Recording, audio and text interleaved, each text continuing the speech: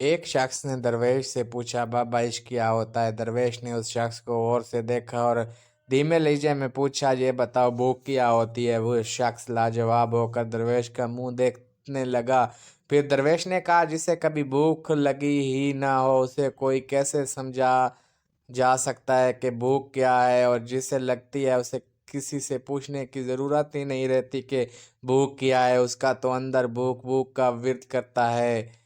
اتنا کہہ کر درویش گہری سوچ میں ڈوب گیا، پھر آہستہ سے بولا بابو بھوک نہ ہو تو کھانا بھی بوجھ بن جاتا ہے، اسی طرح عشق نہ ہو تو ایمان بھی بوجھ بن جاتا ہے، اور انسان پہلی فرصت میں اس سے جان چھڑوا لیتا ہے۔ اللہ تعالیٰ اور اس کے پیارے محبوب کریم صلی اللہ علیہ وسلم سے محبت نہ ہو تو فرائض اور سنتیں ایک بوجھ بن جاتے ہیں جن سے آگ کے ڈر کی وجہ سے ہی انسان عہدہ برآ ہوتا ہے۔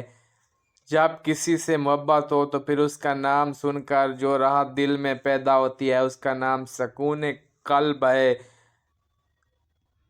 اور القلوب کا یہ مطلب ہے، اور اللہ اللہ اللہ ورد کر کے اس میں سے سکون نکالنا چاہتے ہیں۔ کیا مزاجی محبت میں محبوب کے تذکرے سے آپ کو سکون نہیں ملتا؟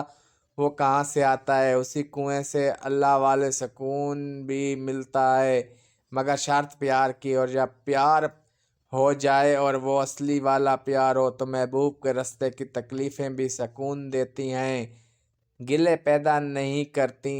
انسان عقل کی تخلیق نہیں عشق کی تخلیق ہے۔ دوستو، اللہ تبارک و تعالیٰ سے دعا ہے کہ اللہ تعالیٰ تمام لوگوں کو محبت الہی عطا فرمائے اور گناہوں سے پاک رکھے۔ دوستو، ویڈیو اچھی لگے چینل سبسکرائب کر دیں۔